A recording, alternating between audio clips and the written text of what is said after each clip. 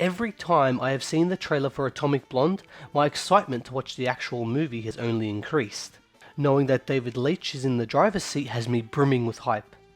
I'm very biased because I love action films, and the trailers show a lot of promise. Not to mention, James McAvoy, one of my most beloved actors, is on screen with goddamn Charlize Theron in a high-intensity secret agent action blockbuster. The movie sells itself. The trailer has already given us something memorable. Hopefully the film gives us more.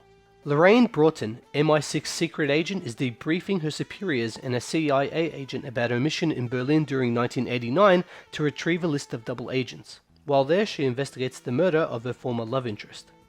This film takes place during a time that the Berlin Wall was in place, and shortly before it comes down. We get to see misfits and regular citizens strive to enjoy their lives while the KGB and a hostile government work to enforce their rule on its citizens.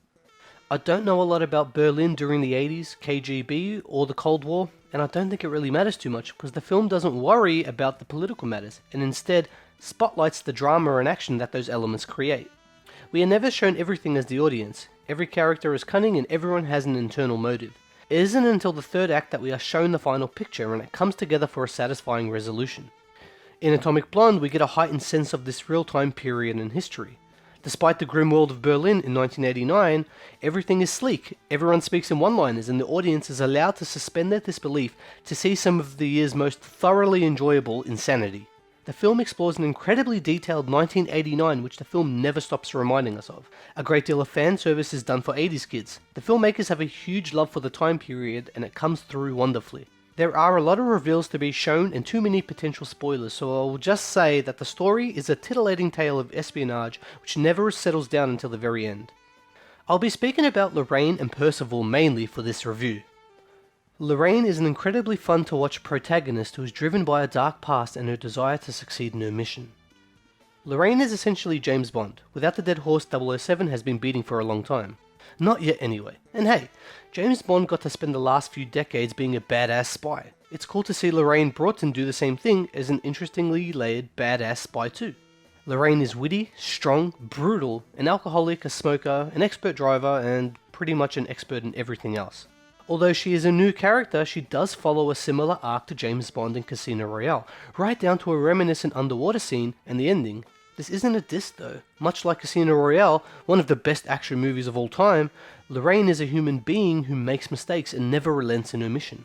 Lorraine drives the epic plot very well and motivates some of the best action set pieces I have seen since John Wick 2. Percival shows us a parallel to our protagonist. Percival is even more reckless and even more unpredictable than her. With his knack for deceit established earlier in the film, he directs the plot to mislead and daze the other characters in the audience. He creates chaos and makes everyone question what is fate and what is part of his plan.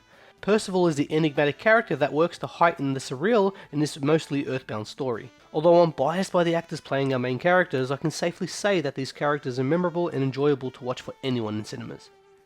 Action being my favourite genre of film is a source of excitement and great disappointment. I'm happy to say that the short preview we got in the trailer was a small taste of a film filled with amazingly choreographed action. It is clear that the actors trained to become convincing as trained fighters.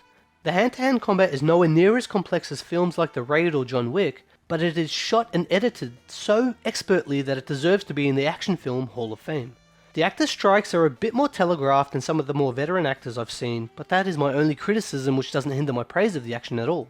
Where other films succeed beautifully in close quarters combat but fall short in terrific acting performances, Atomic Blonde presents us with uncompromising and emotionally charged performances on screen during intense action. High-octane car chases and big scope set pieces are beautifully realised. The camera movements all serve the action amazingly. Every shot feels fluid and clean while maintaining a constant movement and little to no shaky cam. The action is creative and fun to watch while being relentlessly brutal and violent. A great element of this film is the editing and transitions, which are set pieces on their own. Most of Atomic Blonde's transitions are creative and unique, giving us an insight into the inner workings of Lorraine's mind while she labours to maintain a cool head while telling her tale. All the transitions develop the story and are just plain cool to watch on screen. Atomic Blonde is clearly a passion project for the filmmakers involved. Everything from the story to the action to the characters to the insane world this movie posits oozes a deep love for the subject matter and everything that makes modern action flicks a blast to see in cinemas. I've been jonesing for a great spy flick since Casino Royale, and I can happily say that Atomic Blonde got very close. That's not a harsh comment because I will definitely add Atomic Blonde to my list of action films to watch on a regular basis. Casino Royale is a tough act to follow in my opinion, and although Atomic Blonde's characters are much more enjoyable to watch and the running time much more reasonable, it didn't nail the action to the same degree Casino Royale did. I can say this, Casino Royale never gave us one of the most incredibly realised one-takes in action movie history. I think some cuts are hidden in there, but it only occurred to me when I tried to recall it retrospectively. The scene had me and the rest of the audience wincing and crying out for a breath, which the scene doesn't really give. If my review so far hasn't been glowing enough, I will just have to add that Atomic Blonde gives us a reason to watch Espionage again. Pay to experience Atomic Blonde.